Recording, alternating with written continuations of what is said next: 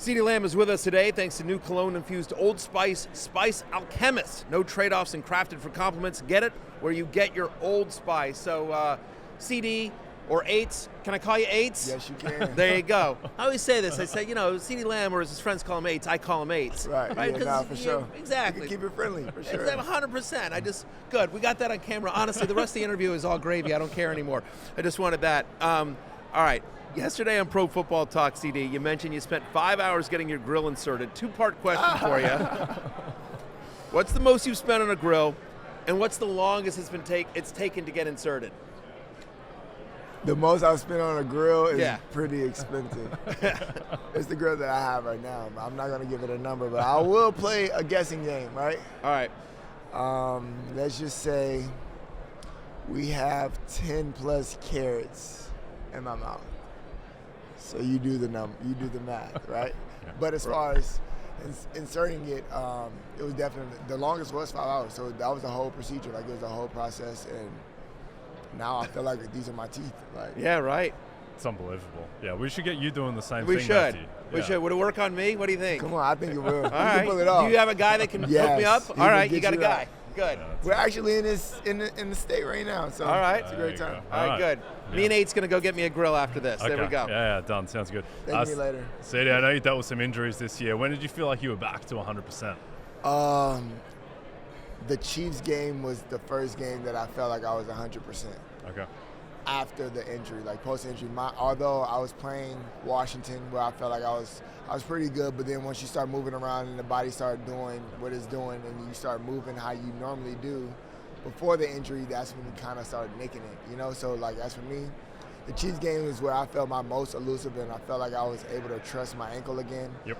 And I had a pretty decent game, but overall, bro, it was a nagging injury.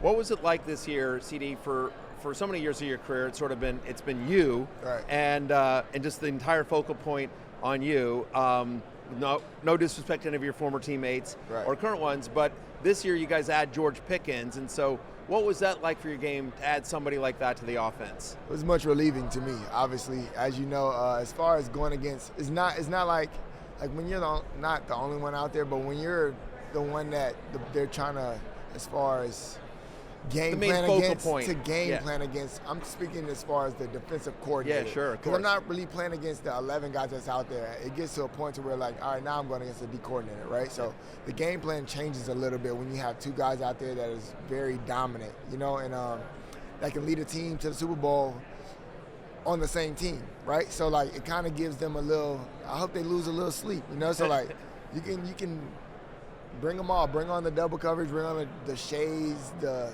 chips, and everything in between. He's going to kill you.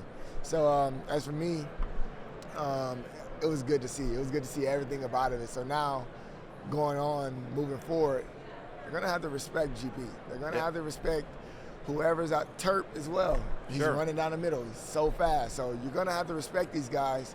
And then as soon as you come up off me, as far as trusting whoever one-on-one coverage, it's going to be my time to shine. Yeah, I know GP is an ex receiver who plays mostly on the outside. We were talking before with Michael Pittman about the difference between playing on the outside, playing in the slot. Like, how do you see that difference for your own game? I had answered this, I want to say yesterday. I feel like, so being on the outside, I feel like is mandatorily win now. Like, you have to, like, you're going to 9 times out of 10 see press coverage, right? And then you're racing against the D-line. So you got 1,000, 2, 1,003. Then you should be open. That makes it a little difficult, especially if you got guys like Patrick Tane. You got Sauce. That's who over here. Like, you got Stingley. You got to beat these guys in 3 seconds. They understand that as well. But if you go in a slot, now I have more time because you got to look at the outside receiver. Then you got to look at the tight end. And now I'm open in the slot. So I feel like I got more time and I have more routes, but the only thing that I feel like they don't understand is that you got to beat the guy twice to get the ball. Okay. Because if I beat you too fast, you can undercut my route, and then you can make a play. But if I beat you at the right time, then so I feel like playing on the outside, you got to win much faster. Playing in the slot, you got a little more time to win. Yeah. Okay. So it That's sounds awesome. like you prefer, like if you get to choose, you prefer to be in the slot. I don't care where I'm at. Right. I can You're win gonna fast. be open regardless. I can win, and whenever time you need me, just line me up and let me know what I got. Last time you were on our show, CD, and I know you do so many interviews, so I'm sure you don't remember, but the last time you were on our show, we asked you about fantasy football, and you told us that the last time you were in a league and your brother drafted you, and wouldn't trade you to you. He would. He wouldn't. And I mean, that was the last time that I've had a fantasy team. So at that point, I realized that I'm never going to have the first overall pick, or I'm not going to have a top 5 pick enough to pick myself, right? So I just gave it up. I missed it this year. I missed it. Well, it's a shame because you had a very good year when you were out there. So Right. you will once again be a huge fan. Top 7 pick this year I in hope. fantasy football. I hope. One of the first receivers off the board, as you always are. How often does that come up? Like when fans approach you and some of your friends, how often does that come up in your life in terms of like? A little more often than I expected, honestly. I really thought like it would just be like a small group, but a lot of people would like approach me like, hey, I drafted you on fantasy, or hey, you helped me win a fantasy championship, and I'm like, that's fire. Like, I'm glad draft me again next year. Like, maybe we'll have a better year. So as for me, it's all about fan engagement and being able to connect with my people and just understand like, I'm working, but once I'm done, I would love to interact with you guys. Like, CeeDee, I know Dak has been your quarterback, starting quarterback of the Cowboys ever since you got into the league here.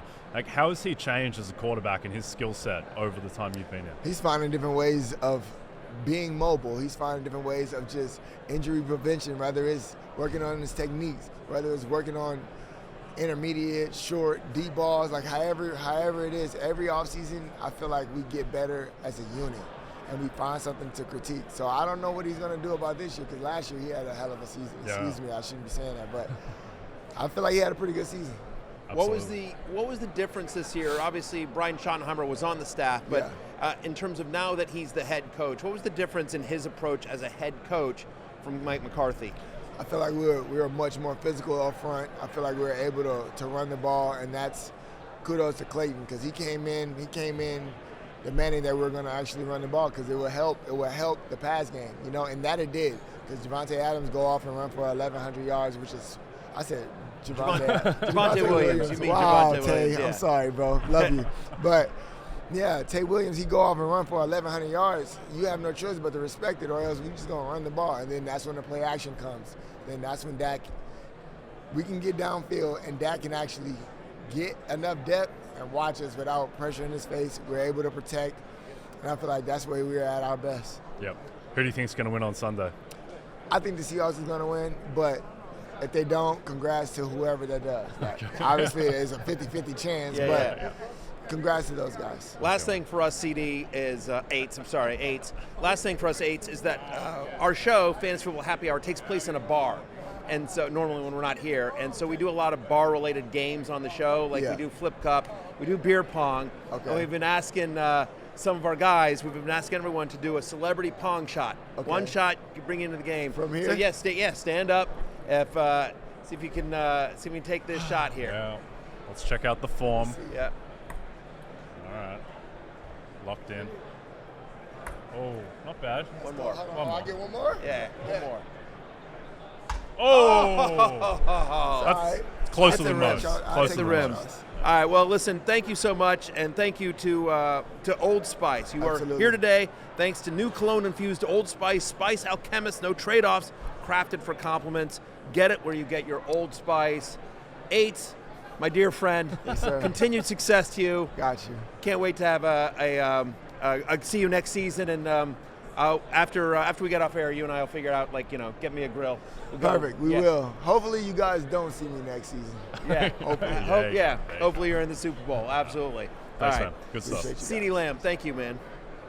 Hey, it's Matthew Berry from NBCSports.com and RotorWorld.com, and I want to thank you so much for watching whatever it is you just watched, or if nothing else, being too lazy to click out of the autoplay after this video started, after whatever it is you actually wanted to watch finished.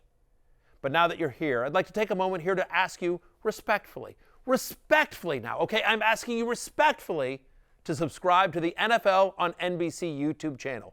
You'll get the latest Roto-World fantasy news headlines, all sorts of great shows, including my own Fantasy Football Happy Hour. So go subscribe now. Again, I'm asking respectfully.